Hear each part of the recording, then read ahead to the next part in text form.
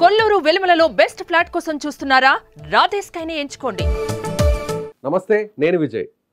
Pawan Kalyan, Janasena party అధినేత పవన్ కళ్యాణ్ చాలా వ్యూహాత్మకంగా ముందుకు వెళ్తున్నారా? అసెంబ్లీ సమావేశాల్లో ఎమ్మెల్యేలు ఏ విధంగా వ్యవహరించాలో, ముఖ్యంగా స్థానిక సమస్యలను, ఆ నియోజకవర్గ పరిధిలో ఉన్న సమస్యలను అసెంబ్లీ దృష్టికి తీసుకురావడం, ఆ సమస్యలను ఎలా పరిష్కరించుకోవాలి, ముఖ్యంగా ఎలాంటి చట్టాలు చేయాలి, ఇలా అనేక విషయాలపై దిశానిర్దేశం చేశారా పవన్ కళ్యాణ్ ఎమ్మెల్యేలతో? ఎస్, వీటి గురించి మాట్లాడదాం. మనతో పాటు ఉన్నారు పొలిటికల్ అనలిస్ట్ చందు శ్రీనివాస్ గారు. సార్ నమస్తే. నమస్కారం విజయ్ గారు. చందు శ్రీనివాస్ గారు, పవన్ కళ్యాణ్ చాలా వ్యూహాత్మకంగా ముందుకు వెళ్తున్నట్టున్నారు. నిన్న 21 మంది ఎమ్మెల్యేలతో సమావేశమయ్యారు. ఒకవైపు ఆయనకు అనారోగ్యంగా ఉన్నా కూడా అసెంబ్లీలో అంటే బడ్జెట్ సమావేశాలు సుదీర్ఘంగా జరగబోతున్నాయి, 22 రోజుల పాటు జరగబోతున్నాయి. వాళ్ళ నియోజకవర్గాలకు సంబంధించి ప్రధానంగా ఉన్నటువంటి సమస్యలను హైలైట్ చేయడం, వాటిని పరిష్కరించుకునే విధంగా కూడా బడ్జెట్లో నిధులను కేటాయించుకోవడం, ఇవన్నీ కూడా ఒక ప్లానింగ్ ప్రకారం వెళ్తున్నారు అనుకోవచ్చా పవన్ కళ్యాణ్? పక్కా ప్రణాళికతో వెళ్తున్నాడు. ఎందుకంటే రాజకీయాల్లో అనుభవం లేకపోయినా అనుభవం జీవితంలో పాఠాలు నేర్పింది. దశాబ్దన్నరైనా ఎన్నో నేర్చుకున్నాడు. 2014లో అనుభవం ఉన్న వ్యక్తి రాష్ట్ర ముఖ్యమంత్రి కావాలనుకున్నాడు. ఆ రోజు చంద్రబాబు నాయుడు పరిపాలన చూశాడు. వాళ్ళు పాలసీ పాయింట్ ఆఫ్ వ్యూ విభేదించేసి 2019 విడిగా పోటీ చేశారు. ఏమైందో మనం చూసాం. ఇప్పుడు 2024లో ఆ పరిస్థితి తెచ్చుకోకూడదు, మళ్ళీ కలిసి వెళ్దాం అనుకున్నారు.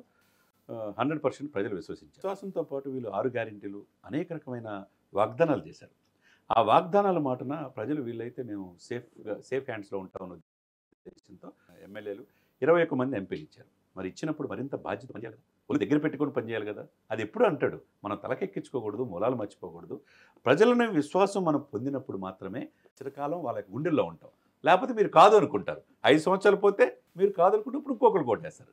కాబట్టి మీరు చెప్పినట్టు విజయ్ గారు, మనం 2 దశాబ్దాలుగా దగ్గరగా చూస్తే ఈ రాజకీయాల్లో పవన్ కళ్యాణ్ గారు లాంటి రాజకీయాలు, వ్యూహాత్మకమైన ఎత్తుగడలు, ప్రజల సమస్యల్ని అది స్వపక్షమైన విపక్షలాగా పోరాడే తత్వం ఏ నాయకుడిని మనం చూడాల. మరి ఇబ్బంది పడతారేమో అనే ఉద్దేశం కాకుండా, మరి ఆ రోజున కాకినాడ కేంద్రంగా అక్రమంగా బియ్యం సరఫరా అవుతుందంటే ప్రశ్నించాడు. లా అండ్ ఆర్డర్ సఖ్యంగా లేనప్పుడు, సఖ్యత లేనప్పుడు హోమ్ మినిస్టర్ని కూడా చేతకపోతే నేను హోంశాఖ నాకు ఇయ్యండి అన్నాడు. ఎక్కడో తొక్కిసలాట జరిగితే తిరుమలలో పరమ పవిత్రమైన ప్లేస్లో దానికోసం క్షమాపణ కోరి చేతులెత్తి దండం పెట్టి చెప్పి మీరు కూడా బాధ్యత వహించండి అని టీటీడీ యాజమాన్యాన్ని కూడా ప్రశ్నించాడు. ఆయన చెప్పాడు, క్షమాపణ చెప్పించాడు. అది నాయకత్వం అంటే స్వపక్షంలో కూడా మీరు ఏదైనా తప్పు చేస్తే నేను ఉంటాను, ఒక టార్చ్ బ్యారల్ లాగానే ఆలోచన ఏదైతే ఉందో అది నేటి రాజకీయాలు నేర్చుకోవాలి ఆయన. ఎందుకంటే ఆయన అడిగే ప్రశ్నించే ప్రశ్న వల్ల కూటమి ఇబ్బందులు పడిద్దని కూడా ఆలోచించట్లా. ఇప్పుడు అదే సమయంలో ప్రధాన ప్రతిపక్ష హోదా కూడా జగన్ గారు పోషిస్తుంది పవన్ కళ్యాణ్ గారని స్పష్టంగా చెప్పగలం. ఒకవైపు ఆరోగ్యంగా కూడా లెక్క చేయకుండా విశ్రాంతి తీసుకోకుండా శాసనసభలో ఈ రోజు నుంచి జరగబోతుంటే మీరు అన్నట్టు బడ్జెట్ సెషన్స్ చాలా కీలకమైనవి. ఆయన నియోజకవర్గాలకు కేటాయిస్తారు కదండి. అది తాగునీరు కావచ్చు, సాగునీరు కావచ్చు, రోడ్లు కావచ్చు, అవస్థాపన సౌకర్యాలు కావచ్చు, ఆ ఎమ్మెల్యే తెచ్చుకోవాలి కదా. మరి 5 సంవత్సరాలు ఎన్నో వాగ్దానాలు చేస్తారు. నియోజకవర్గాల సమస్య పరిష్కరించాలంటే అక్కడ శాసనసభలో ప్రశ్నించాలి. ప్రభుత్వం ఎంత ముఖ్యమో వాళ్ళని గెలిపించినటువంటి ప్రజల అభివృద్ధి, సంక్షేమం కూడా అంతే ముఖ్యం. సో ఇప్పుడు 21 నియోజకవర్గాల మీద ఫోకస్ పెట్టారనుకోవచ్చు పవన్ కళ్యాణ్. ఫోకస్ పెట్టారు. సో అవసరమైనటువంటి నిధులను ఇప్పుడు ఆ నియోజకవర్గాలు తీసుకొచ్చే ప్రయత్నం జరగబోతుంది ఈ సమావేశంలో. ఆయన కీలకమైన శాఖలు ఆయన దగ్గరే ఉన్నాయి. పంచాయతీరాజ్ కాదు, గ్రామీణాభివృద్ధి, అటవీ, సైన్స్ అండ్ టెక్నాలజీ, రోడ్లు, గ్రామీణ మంచినీరు అన్నీ ఆయన దగ్గర ఉన్నాయి. మరి అదే సమయంలో మిగతా 175లో 164 మందితో పాటుగా మిగతా వైసీపీ ఎమ్మెల్యేలు కూడా గ్రామీణాభివృద్ధి కావచ్చు, పంచాయతీలు కావచ్చు, నిధులు కావాలంటే పవన్ కళ్యాణ్ గారి దగ్గరికి వెళ్ళాలి. అదే సమయంలో మిగతా శాఖలు కూడా సమన్వయం చేసుకుంటా మీరు ఎప్పుడూ లేని విధంగా 21 మందిని ఏదో మూకుముడిగా మీటింగ్ పెట్టి మీరు అందరూ అసెంబ్లీలో మాట్లాడే వ్యతిరేకంగా ప్రభుత్వానికని మాట్లాడుతుంటారు. ఇక్కడ చూడండి, రౌండ్ టేబుల్ పెట్టి 3 ఎమ్మెల్యేలు కూర్చోబెట్టి ఇబ్బంది లేకుండా, అందరితో క్లమ్జీ కాకుండా ప్రతి ఎమ్మెల్యే సమస్యను ఆయన నోట్ చేసుకొని మీరు కూడా ప్రశ్నించండి. ప్రశ్నిస్తేనే ప్రజలు మిమ్మల్ని విశ్వసిస్తారనే ఉద్దేశంతో ప్రతి 3 గైడ్ చేసి ఇట్లా 21 మందితో సమావేశం అవటం మనం ఎప్పుడైనా చూసామా ఈ నాయకుడైనా? అది కమిట్మెంట్ అంటే, అది డెడికేషన్ అంటే, అది డిటర్మినేషన్ అంటే ఎమ్మెల్యేకి గెలిచిన వ్యక్తులు 21 మంది 100% స్ట్రైక్ రేట్ ఇచ్చారు. మనల్ని అసెంబ్లీ గేటు కూడా దాటని వాళ్ళు వాళ్ళ ఇంటి గేటు దాటి రాలేని పరిస్థితిలో ఉన్నారు. మరింత బాధ్యతతో పనిచేయాలని వాళ్ళకి దిశ నిర్దేశించడం ఏదైతే ఉందో నేటి సమకాలీన రాజకీయాల్లో పవన్ కళ్యాణ్ అనే వ్యక్తి రాజకీయాలు పరిపూర్ణంగా అవగాహన చేసుకున్నాడు. కాబట్టి రాజకీయాల్లో ప్రజలు మనల్ని ఎలా పొందాలి, ప్రజల సమస్యలు, నియోజకవర్గాల్ని సమస్యలు ఏ విధంగా అసెంబ్లీలో వెలుగెత్తి చాటాలి, గొంతు ఏ విధంగా వినిపించాలనేది ఆయన దిశ నిర్దేశించడం ఏదైతే ఉందో చాలా అద్భుతంగా ఉందండి. సో మంత్రిగా అంటే మీరు అన్నట్టుగా ఆయన ప్రతిదీ కూడా ఆయన పూర్తి స్థాయిలో అవగాహన తెచ్చుకుంటున్నారు. అవును. అంటే ఆయన ప్రతి శాఖ రాజకీయాలకు కూడా కొత్త అయినప్పటికీ కూడా, అంటే రాజకీయాల్లో ఉన్నా కూడా మంత్రిగా ఎమ్మెల్యేగా ఫస్ట్ టైం ఉన్నారు కాబట్టి పవన్ కళ్యాణ్ పూర్తిగా పట్టు సాధించడం కోసం ఆయన సుదీర్ఘ కాలం కూడా దాని మీద ఆ టైంని కూడా వెచ్చిస్తున్నారు. అవును. అయితే ఇప్పుడు 21 నియోజకవర్గాలకు సంబంధించి ఒక డేటాని ఏమైనా రెడీ చేసుకుంటారా?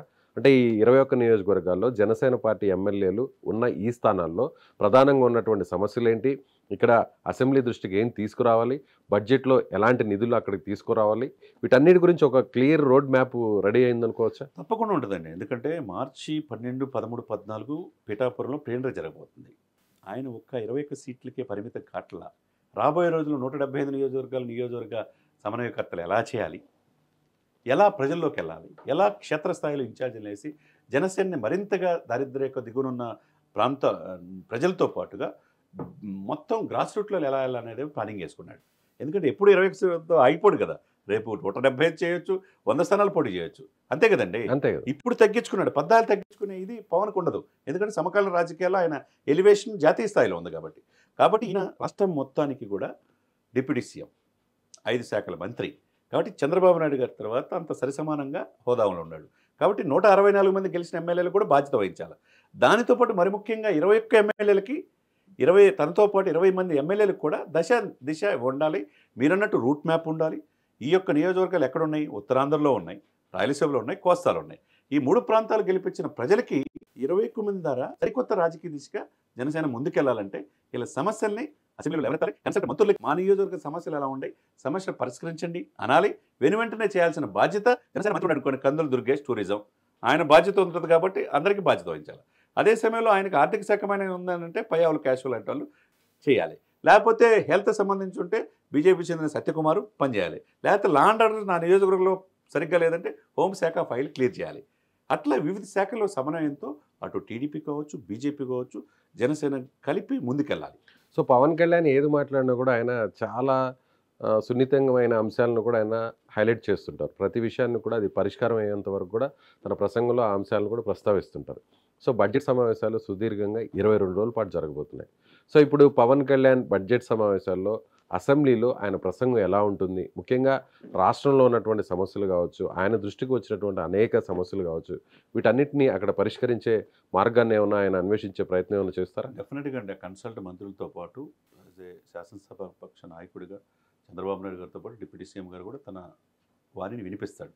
ఇప్పుడు భయంతో కావచ్చు, ఏదైనా కావచ్చు, మొత్తం మూకమ్మడిగా దాడి చేసే పరిస్థితి ఏంది అనే ఉద్దేశం కావచ్చు, పార్టీ నాయకుడితో సహా 10 మంది ఎమ్మెల్యేలు కూడా బయటికి వెళ్ళిపోయారు. ఇప్పుడు వచ్చే పరిస్థితి లేదు, ఇక్కడ ఎదురే లేదు. ఇలా ఏం మాట్లాడుకోవాలన్నా ప్రజలు పిల్ల మాట వింటారు.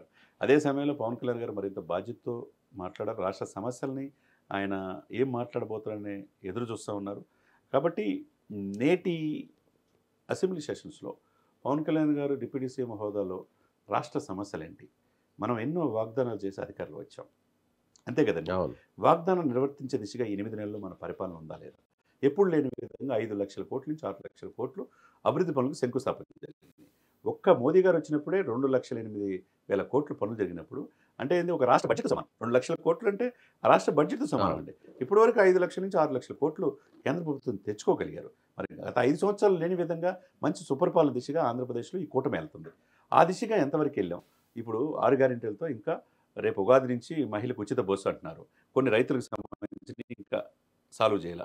కొన్ని ఎందుకంటే అప్పులు మయమైపోయింది కదా సార్, 2.5 లక్షల కోట్ల నుంచి 10 లక్షల కోట్లు అప్పులు మయమైపోతే ఏది ప్రాధాన్యత క్రమమో అది ఇవ్వగలుగుతున్నారు. ఆ దిశగా వీళ్ళు ముందుకెళ్తున్నారు అనమాట. ఆ పాయింట్ ఆఫ్ వ్యూలో డెఫినెట్గా ఏది చేయగలిగాం 8 మాసాల్లో, ఏది ఇంకా చేయాలి, మరింత బాధ్యతతో రాబోయే రోజుల్లో ఎలా చేయబోతున్నాం అనేది స్పష్టంగా అటు చంద్రబాబు నాయుడు గారు కావచ్చు, పవన్ కళ్యాణ్ గారు కావచ్చు, తన అసెంబ్లీలో తన సందేశంలో సవివరంగా వివరించాల్సిన బాధ్యత ఏం చెప్తారనేది కూడా ఆంధ్రప్రదేశ్ ప్రజలు ఎదురు చూస్తున్నారు. Right sir, thank you. So ఇది అనలిస్ట్ చంద్ర శ్రీనివాస్ గారు చెప్తున్నట్టుగా ఖచ్చితంగా పవన్ కళ్యాణ్ పక్కా వ్యూహంతోనే ముందుకు వెళ్తున్నారు. ముఖ్యంగా కొత్తగా ఎన్నికైనటువంటి ఎమ్మెల్యేలకు అలాగే సీనియర్ నాయకులందరూ కూడా అందరినీ ఒక సమావేశం నిర్వహించి దాదాపుగా ఒక రోజంతా సమావేశం అంటే ముఖ్యంగా అసెంబ్లీలో సమావేశాల్లో ఎలా వ్యవహరించాలి, ప్రజా సమస్యల పట్ల తమ గళాన్ని ఎలా వినిపించాలి అనేటువంటి విషయంపై ఆయన దిశానిర్దేశం చేశారు. పక్కా ప్లాన్ ప్రకారమే పవన్ కళ్యాణ్ ముందుకు వెళ్తున్నారు. అటు కూటమి ప్రభుత్వంలో కీలకంగా ఉన్నటువంటి పవన్ బడ్జెట్ సమావేశాల్లో ఆయన ప్రసంగం ఎలా ఉండబోతుంది, ముఖ్యంగా బడ్జెట్లో నిధుల్ని ఏ విధంగా తీసుకొచ్చే అవకాశం ఉందనేది కూడా చాలా స్పష్టంగా ఆయన ఒక అవగాహన తీసుకొని వచ్చున్నారని చెప్తున్నారు చంద్ర శ్రీనివాస్ గారు. Thank you so much.